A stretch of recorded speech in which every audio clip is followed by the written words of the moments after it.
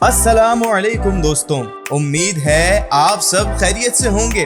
दोस्तों, बढ़ती उम्र के साथ हमारे चेहरे पर रिंकल्स यानी झुर्रियां नुमाया होने लगती हैं। ये रिंकल्स उम्र के बढ़ने की अलामत होते हैं, लेकिन अगर चेहरे पर हर उम्र में जवानी सा निखार बरकरार रहे तो क्या ही अच्छा हो। जी हाँ नाजरीन, आज हम आपकी पुरजोर फरमाइश पर वो नुस्खा ले ही आए जिसका इस्तेमाल 40 साल की खातून को भी 25 साल वाला निखार दे देगा। इससे कबल कि मैं ये जादुई नुस्खा आपको बताऊं, अगर आप हमारे चैनल पर नए हैं तो अभी हमारे चैनल को सब्सक्राइब कर दें और घंटी के निशान को दबाना ना भूलें ताकि हर नई आने वाली वीडियो की नोटिफिकेशन आपको मौसूल होती रहे। जी तो नाजरीन, इस जादुई नुस्खे को तैयार करने के लिए सबसे पहले आपको दरकार है 1 अदद अंडे की सफेदी।